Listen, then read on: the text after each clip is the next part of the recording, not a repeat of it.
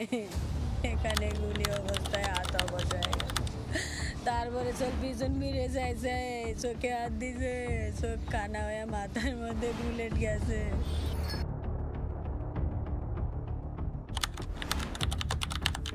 তাদেরকে খুঁজতেছে যে ভাই কোথায়, তো তখন আর কি ফায়ারিং করে একবারে চোখে, এই চোখটা দিয়ে ঢুকে ভেতরে চলে যায়। আমরা যখন পিছন ফিরে দেখি তখন দেখি একটা ছেলে পড়ে আছে, একটু চায়ে দেখি যে ওইটা আমার ভাই।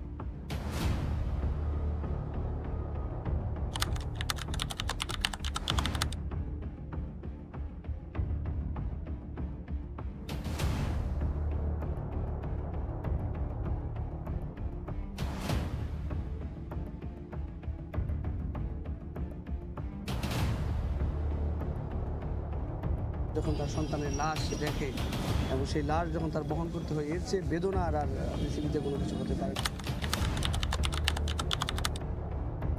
ছাত্র জনতার যে শক্তি এই ফ্যাসিস্ট শেখ হাসিনার পতন ঘটিয়েছিল, সেই শক্তি বজায় রেখে আমরা এই ফ্যাসিবাদের বিলোপ করব, আমাদের শহীদ ভাইদের রক্তে বদলা নেব।